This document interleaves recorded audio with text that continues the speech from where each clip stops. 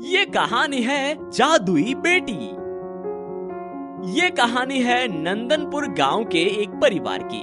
परिवार का मुखिया मुकेश कोल माइंस में काम करता था और उसकी पत्नी विभा सिलाई का काम किया करती थी। इस तरह ही दोनों गृहस्थी चला रहे थे। मुकेश और विभा की शादी को 6 साल हो चुके थे, लेकिन उन्हें कोई संतान नहीं थी। बारिश के कारण माइनिंग का काम बंद था, इसीलिए मुकेश 3-4 दिन से घर पर ही था। एक सुबह मुकेश ने उठकर देखा तो घर के चारों तरफ पानी भर चुका था। जब पानी बहुत ज्यादा बढ़ गया तो दोनों घर की छत पर चढ़ गए और किसी बचाव दल की प्रतीक्षा करने लगे। एक तो ये भूख के मारे जान निकली जा रही है और दूसरा ये बारिश है कि रुकने का नाम ही नहीं ले रही। आज जीवन का आखिरी दिन लगता है यार। अरे शुभ शुभ बोलिए, ऊपर वाले पे भरोसा रखिए, सब ठीक हो जाएगा। अभी बचाव दल के लोग हमारी मदद के लिए आते ही होंगे। इस तरह विभा ने मुकेश को हिम्मत दी कि तभी एक बक्सा तैरता हुआ उनके पास आया। मुकेश को तो लगा कि बक्से में बचाव कर्मियों द्वारा फेंकी गई सामग्री होगी, लेकिन जब उसने बक्सा खोला तो वो चौंक गया और उसने झट से बक्सा बंद कर दिया। क्या हुआ? आप इतने चौंक क्यों गए? अरे इसमें तो छोटी बच्ची है। हे भगवान, इस बेचारी को ऐसे कौन छोड़ कर गया होगा? लाओ, हम इसे रख लेते हैं। नहीं, इसको इसके हालात पर छोड़ दो, वरना बिना कारण पुलिस कचहरी के चक्कर लगाने पड़ेंगे। वैसे भी ये लावारिस है, हमारी जिम्मेदारी थोड़ी है। कैसे कठोर दिल हो तुम, नन्ही सी जान को ऐसे मरने के लिए छोड़ रहे हो। अरे पुलिस कचहरी वाले भी इंसान ही होते हैं ना, उनमें भी तो संवेदनाएं होती हैं। इस तरह मुकेश के ना चाहते हुए भी विभा ने बच्ची को रख लिया और नाम रखा छुटकी। कुछ साल ऐसे ही बीत गए। छुटकी के आने के बाद विभा बहुत खुश रहती, लेकिन मुकेश को तो छुटकी बिल्कुल रास नहीं आती थी। वो उसे बोझ जो समझता था। एक दिन छुटकी बीमार हो गई और विभा ने अस्पताल जाने की बात कही तो मुकेश ने कहा, अरे पता नहीं किस लावारिस को मेरे माथे मढ़ दिया। अरे पैसों का पेड़ नहीं है मेरे पास, पहले से ही तंगी में दिन कट रहे हैं, लेकिन इस बला के आने के बाद तो जैसे कंगाली ही आ गई। जा अब खुद से ही कमा के ला इसके लिए। विभा चिंता में पड़ गई कि छुटकी के इलाज के लिए पैसे कहां से लाएं। और रात में छुटकी की तबीयत और बिगड़ने लगी। ये देखकर विभा डर गई और भगवान के आगे हाथ जोड़कर प्रार्थना करने लगी। विभा ने जैसे ही आंखें बंद की तो उसे दिखा कि भगवान ने छुटकी को आशीर्वाद देते हुए कहा, मेरी बच्ची, जब भी तुम्हारा मन दुखी होगा तब तुम्हारी सहायता के लिए इस पालने में एक सोने का सिक्का प्रकट होगा। तथास्तु। विभा विश्वास नहीं कर पा रही थी कि ये सब सच में हुआ है, लेकिन जब उसने जाकर देखा तो पालने में एक सोने का सिक्का रखा था। विभा ने उसे बेचकर छुटकी का इलाज कराया। जब ये बात मुकेश को पता चली तो वो सिक्का पाने के लिए छुटकी को जानबूझकर दुखी करता। एक दिन छुटकी ने खेलते खेलते गलती से एक फूलदान तोड़ दिया। ये देख मुकेश उस पर बरस पड़ा।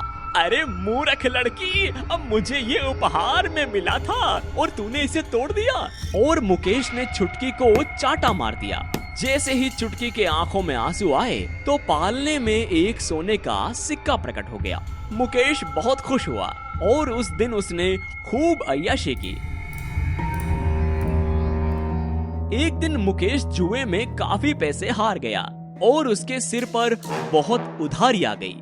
तो मुकेश सोचने लगा, अरे उधारी है तो क्या हुआ, मेरे पास तो सोने की खदान है, खदान। अभी घर जाते ही 2-5 चाटे लगाऊंगा और सारी उधारी चुका दूंगा।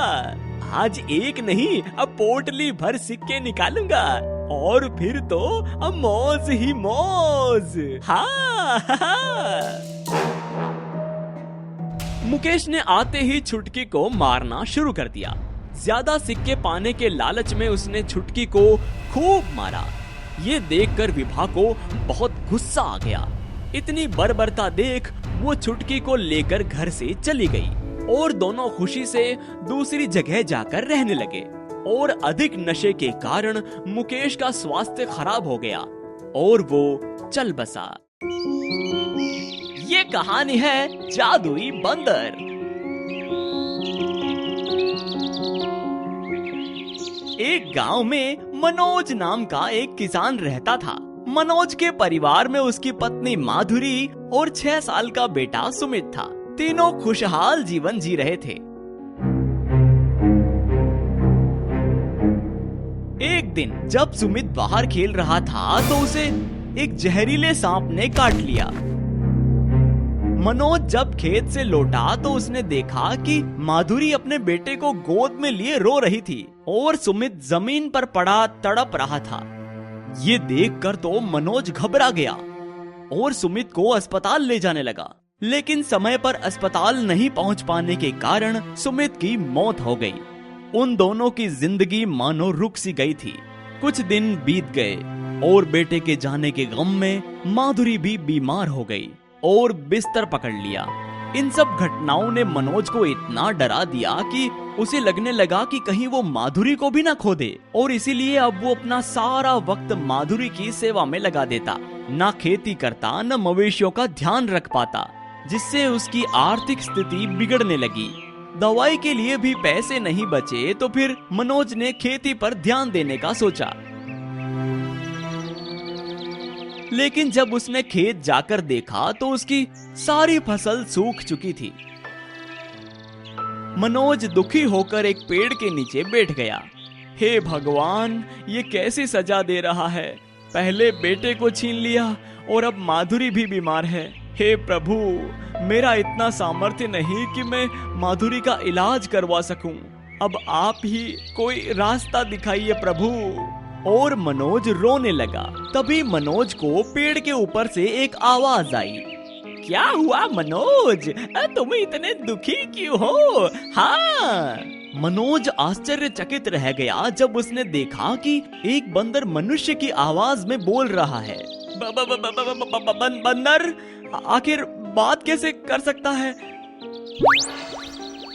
मैं एक माया हूँ, मैं जादुई हूँ। हाँ, अगर तुम मुझे अपनी तकलीफ बताओ तो शायद मैं तुम्हारी कोई मदद कर सकता हूँ। हाँ।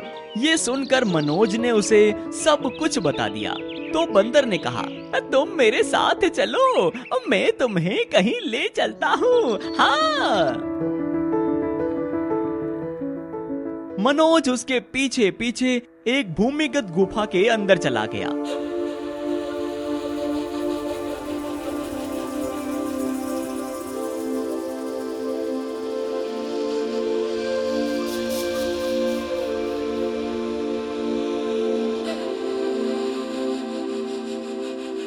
वहां बंदर ने उसे सोने से भरा एक घड़ा दिया, जिसको देखकर मनोज खुशी से पागल हो उठा।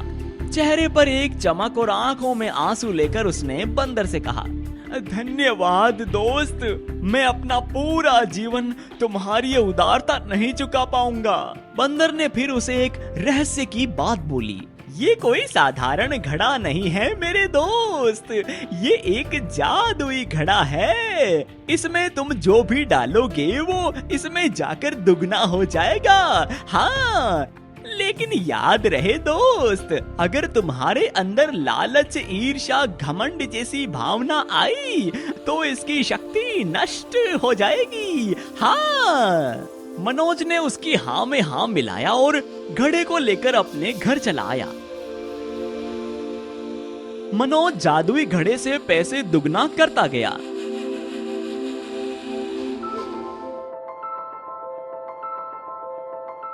और माधुरी का अच्छे चिकित्सालय में इलाज करवाया, जिसके बाद माधुरी ठीक हो गई और दोनों सुखी सुखी रहने लगे। जादुई घड़े के कारण मनोज गांव का सबसे धनी किसान बन गया। कुछ समय तक सब सही रहा, लेकिन उसके बाद मनोज को अपनी संपत्ति पर घमंड आ गया। घमंड में अंधा मनोज मनुष्य को मनुष्य नहीं समझता था। बिना मेहनत किए मनोज घड़े से पैसे निकालता रहा और खूब अय्याशी करता। एक दिन एक गरीब व्यक्ति उसके पास आया। साहब, मेरा बेटा बीमार है, उसके इलाज के लिए पैसे चाहिए। मैं कोई भी काम करने को तैयार हूँ।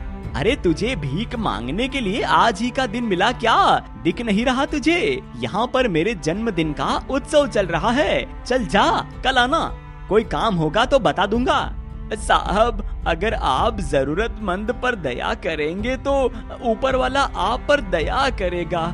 ये सुनकर मनोज गुस्से में बोला, तो मुझे सिखा रहा है? मैं किसी भगवान से नहीं डरता। जितनी संपत्ति मेरे पास है उतनी तुमने सपने में भी नहीं देखी होगी। तुझको पैसे चाहिए ना? रुको, मैं देता हूँ। बोलो कितने चाहिए? मेरे पास अनगिनत पैसे हैं। मनोज की बातों में घमंड साफ झलक रहा था। अगले पल वो जैसे ही घड़े के पास गया और पैसे निकालने के लिए हाथ डाला, लेकिन उसके हाथ कुछ न लगा। वो डर गया। तभी उसने सामने पड़ी हुई चावल उस घड़े में डाली, ये सोचकर कि वो दुगनी हो जाएगी, मगर तब भी उसके हाथ कुछ नहीं लगा। तभी वो व्यक्ति जादुई बंदर के रूप में बदल गया और बोला, तुमने सारी हदें पार कर दी। तुम लालची और घमंडी हो चुके हो। किसी समय तुम भी इसी तरह हालातों से मजबूर थे और मैंने तुम्हारी मदद की थी, लेकिन तुम संपत्ति के गुरूर में सब कुछ भूल चुके हो। हाँ। ये कहकर जादुई बंदर घड़े के साथ अदृश्य हो गया और मनोज अपनी गलती का पछतावा करते रह गया। ये कहानी है वुडन ट्रैक्टर। पश्चिमी भारत में रामपुरी नाम का एक गांव था, जहां काशी नाम का एक व्यक्ति रहता था। काशी एक किसान था। उसने इस साल प्याज की फसल उगाई थी। एक सुबह काशी अपने खेत की लहलहाती हुई फसल देखकर बोला, अरे वाह, कितने सालों बाद इतनी अच्छी फसल हुई है। लगता है इस साल मुनाफे से जमींदार साहब का कर्जा भी उतार पाऊंगा। हे ऊपर वाले, इस मेहरबानी के लिए आपको कोटि कोटि प्रणाम। वैसे भी कुछ दिनों में फसल कटने वाली है, तो प्याज के मोल भाव ही पूछ आता हूँ। ऐसा सोचकर काशी सेठ अमीर चंद की दुकान पर पहुँचा। अरे काशी, आओ आओ, बड़े दिनों बाद दर्शन दिए हैं। क्या बात है, आजकल खेती बाड़ी छोड़ दी क्या? अरे नहीं सेठ जी, हम तो ठहरे किसान, खेती बाड़ी छोड़कर कहाँ जाएंगे, भले लाभ हो या नुकसान, हमारा तो खेती ही धर्म है। तो काशी, इस बार कैसी हुई है फसल? इस बार तो मौसम की मेहरबानी रही सेठ जी, काफी अच्छी फसल हुई है। लगभग 100 बोरी प्याज होंगे, बस उसी का भाव पूछने आया हूँ। अमीर चंद बहुत लालची आदमी था। वो हमेशा गांव के भोले भाले अनपढ़ लोगों को ठगता रहता था। काशी भी पढ़ा लिखा नहीं था, इसलिए अमीर चंद ने उसे शहर के दाम से बहुत कम दाम बताए। देखो काशी, अभी शहर में प्याज का 1.5 रुपया दाम चल रहा है, लेकिन तुम घर के हो तो तुम्हें 2 रुपए के हिसाब से लगा दूंगा। क्या, सिर्फ 2 रुपए? मालिक, ये तो बहुत कम है, इतने में तो लागत भी नहीं कमा पाऊंगा। मैं अपने मन के भाव तो नहीं लगाता हूँ ना, शहर के यही भाव चल रहे हैं। बेचना है तो बेचो, वरना चलते बनो। काशी उदास मन से घर लौट आया। उसी दिन काशी का बेटा हेमंत दिल्ली से घर आया और अपने पिताजी को परेशान देखकर उसने पूछ लिया, क्या बात है पिताजी, आप बहुत परेशान दिख रहे हो? क्या बताऊं बेटा, एक किसान के जीवन में भला कभी सुख हो सकता है क्या? कभी मौसम की मार तो कभी बाजार की। और रोते हुए काशी ने सारी बात बताई। पिताजी, अमीर चंद झूठ बोल रहा है, शहर में प्याज के अच्छे दाम चल रहे हैं, इसीलिए अपने मेहनत पसीने की फसल को यूं मिट्टी के मोल में अमीरचंद को बेचना गलत है। बेटा, उसको बेचने के अलावा कोई सहारा नहीं। बस इसी बात का तो वो पूरे गांव वालों से फायदा उठा रहा है। पिताजी, अब हम अपनी फसल सीधे शहर जाकर बेचेंगे। लेकिन बेटा, उसके लिए तो ट्रैक्टर चाहिए होगा ना। पिताजी, उसका उपाय भी मैंने सोच लिया है। आखिर मैकेनिकल से इंजीनियरिंग की है मैंने। अब तो बस आप आराम कीजिए, क्योंकि मैं वुडन ट्रैक्टर बनाऊंगा जिसमें लागत भी बिल्कुल कम है। हेमंत उसी दिन से वुडन ट्रैक्टर बनाने में जुट गया। उसने इंटरनेट से ट्रैक्टर का मॉडल डाउनलोड किया और लकड़ी से पूरे ट्रैक्टर की बॉडी बनाई। फिर उसमें कबाड़ी से लाकर एक पुराना डीजल इंजन फिट किया और लगातार मेहनत करने के बाद आखिर हेमंत ने वुडन ट्रैक्टर तैयार कर ही लिया। फसल कट जाने के बाद हेमंत अपने वुडन ट्रैक्टर से सारे प्याज शहर में अच्छे दाम में बेच आया।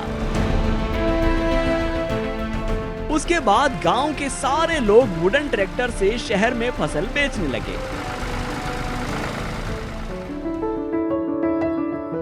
लोगों के लिए तो वुडन ट्रैक्टर किसी अजूबे से कम नहीं था। इसीलिए हेमंत जब भी निकलता वुडन ट्रैक्टर लोगों को आकर्षित करता। ऐसे ही एक दिन हेमंत के वुडन ट्रैक्टर की वीडियो इंटरनेट पर वायरल हो गई।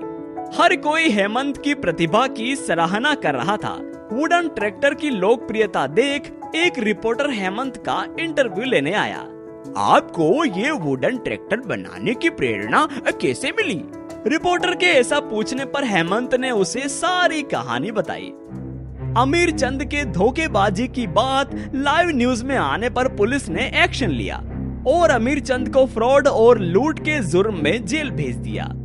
और हेमंत को उसकी प्रतिभा और लोकप्रियता के कारण एक बड़ी कार कंपनी में जॉब मिल गई। ये कहानी है जादुई नाव।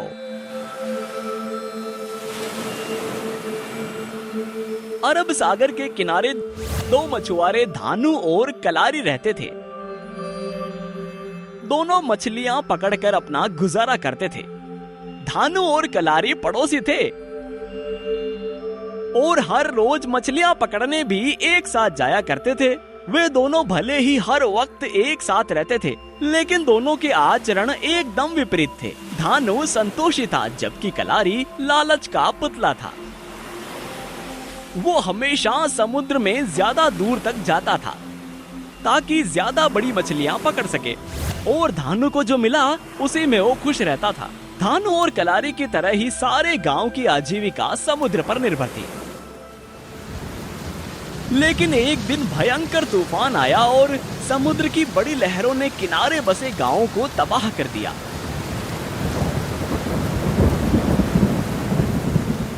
जो बीच में आया उसे बहा ले गया। तूफान शांत होने के बाद धानु और कलारी दोनों अपने टूटे घर की मरम्मत में लगे हुए थे कि तभी वहां एक साधु आए और कलारी से कहा, मैं कुंभ के लिए यात्रा कर रहा था, लेकिन इस तूफान की वजह से आगे नहीं जा पा रहा हूँ। इसीलिए अगर तुम्हें कोई आपत्ति ना हो तो कुछ दिन के लिए आश्रय का इच्छुक हूँ। अरे महानुभाव, आपको दिख नहीं रहा? यहाँ हमारे खुद के सिर पर छत नहीं है, तो फिर आपको कहाँ ठिकाना दे? चलिए कहीं और देखिए। धानु को कलारी का व्यवहार उचित नहीं लगा तो उसने साधु के पास जाकर कहा, मुनिवर, आप मेरे घर रुक जाइए। मेरे पास ज्यादा धन तो नहीं है, लेकिन आपको कोई परेशानी नहीं होने दूंगा। और धानु ने साधु की सच्चे दिल से सेवा की। तो एक दिन साधु ने कहा, धानु, तुम धन से भले ही गरीब हो, लेकिन हृदय के बहुत अमीर हो। तुम्हारी दिलेरी देखकर तो मन प्रसन्न हो गया। यहाँ से पूर्व की ओर चलने पर सुरवती नदी के किनारे तुम्हें एक नाव मिलेगी, वही तुम्हारा इनाम है। ऐसा कहकर साधु महाराज ने अपने गंतव्य की ओर प्रस्थान किया। धानु ने पूर्व की ओर यात्रा शुरू की। कुछ दिन चलने के बाद वो नाव तक पहुंच गया।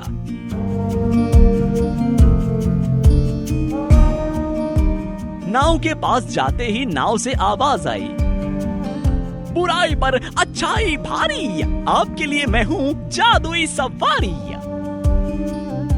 धानु ने नाव में बैठकर जैसे ही पतवार चलाना शुरू किया,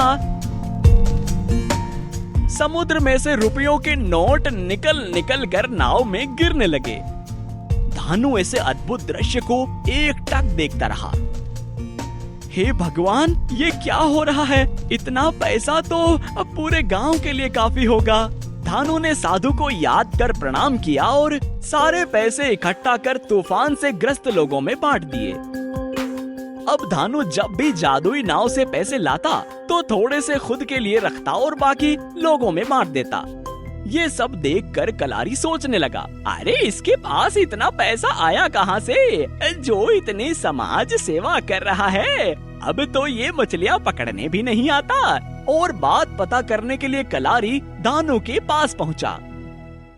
अरे धानु भाई, आपका एहसान मैं कभी नहीं भूलूंगा।